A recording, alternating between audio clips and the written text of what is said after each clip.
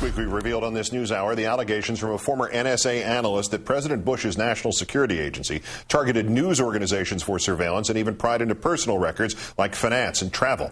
We asked the Obama White House for its response, and today in our third story we have it. Sort of. We asked the White House specifically what knowledge it now has about illegal NSA spying and what Mr. Obama will do about it. The response, as the president made clear last week, his administration is ensuring that all programs are conducted in accordance with our values and the rule of law. There will be no exceptions. The only faint echo of dissonance, Mr. Bush, too, insisted that all programs were conducted in accordance with our values and the rule of law.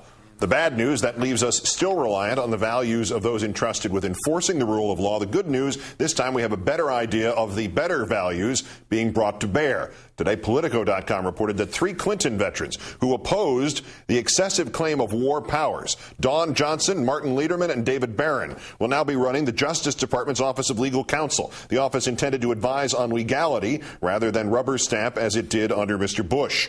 All of them condemned the waterboarding rationales generated for Mr. Bush, but are not as uniform on other issues such as whether to prosecute torture. And still unknown is whether Mr. Obama will prosecute anybody at the NSA or higher for their illegal wiretaps, despite his pledge to follow evidence where it leads. And the awkward, inconvenient truth that as of Wednesday's edition of this news hour, the entire nation has now heard all the evidence a prosecutor might want. Someone is guilty as hell. Joining us tonight on this issue, Jonathan Turley, professor of constitutional law at George Washington University. Thanks for your time again tonight, John. Hi, Keith. Let's rewind to the Obama statement. Programs in accordance with our values and the rule of law. How much daylight might there be between that and any of the analogs from the Bush White House? Not much. First of all, it responds in the future tense. You weren't asking whether he would do these things. Nobody thinks that Obama is George Bush.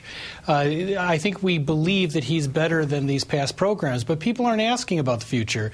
They're asking about the past. It takes a lot to avoid a very simple truism that if true, these would be crimes. And we prosecute crimes. We call people criminals who commit them. It's very easy to say. All you need to have is the principles and the courage to say it. The claims from Russell Tice, Mr. Bush's admission that he greenlit interrogations that included waterboarding, are these not exactly the kinds of evidence that Mr. Obama said his prosecutors would pursue? He did. And what's troubling us is that he doesn't simply say the easiest possible thing. That's the conspicuous silence. The easiest thing is to say, I must prosecute war crimes because we have treaties that obligate us to do that. And any war crimes that we discover will be prosecuted. It's a very easy thing to say. It happens to be the law. And what really scares many of us is that nobody's saying that in the Obama camp. Let's say some kind of prosecution ensues. How does it get decided whether it's the grunts who did the actual torturing and waterboarding and what else not who get pursued in this, or the people who told them to do it? Well, Keith, I have very little sympathy for the people that committed this torture. I've heard President Obama say, we don't want talented people at the CIA looking over their shoulders. Well, those talented people in this circumstance would be torturers. But in reality, nobody thinks that they're going to be prosecuted. They have something called an estoppel defense, where they can say that they were told by people like John Yoo and others that what they did was legal. That does not protect the president and vice president, and they're the ones and the people just below them who deserve to be investigated, and they must be prosecuted if they've committed war crimes, or we will shred 4 treaties and at least 4 statutes. And the problem here is that it wouldn't make Obama an apologist. It would make him an accessory. He would be preventing the investigation of war crimes. How could he go from that and say that he's all about the rule of law? The 3 people heading to justice, according to Politico, Mr. Clinton also exceeded constitutional limits on his power, but through essentially loopholes rather than defiance in the outright sense. Should we care about that distinction? Well, I was no fan of the violations committed by Bill Clinton at the time, but there is a difference. There is a material difference. What George Bush did was unprecedented. He decided that he literally was beyond the law, that he became a government unto himself. He was wrong.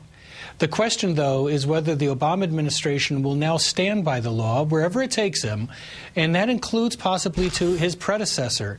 If his predecessor violated the law and particularly committed war crimes, it's going to be something that defines Obama's administration on whether he will stand in the way of the enforcement of those laws. Lastly, John, tangentially connected to this at best, the issue of politicizing the Justice Department, specifically the firing of the U.S. attorneys, and the House Judiciary Committee today subpoenaed Karl Rove to testify. I seem to recall they've done that before, and the Justice Department sort of just ignored it. Is there a chance this Justice Department is going to enforce that subpoena? You know, Keith, I think this is one of the most fascinating things that has happened since Obama took the oath, or took it again, and that is that his administration is the one that invokes executive privilege. If he says there is no executive privilege here, we could have an interesting fight where George Bush comes in and says, I'm still claiming executive privilege, when the current president is saying, we don't recognize it. Indeed, Obama's people could prosecute Rove and others. And I think that the federal courts would give much greater weight to the man that's currently in that Oval Office than the guy that just left it. Yeah, the current executive is the one who gets to decide what executive privilege is. Jonathan Turley of George Washington University. Thank you, John. Thanks, Keith.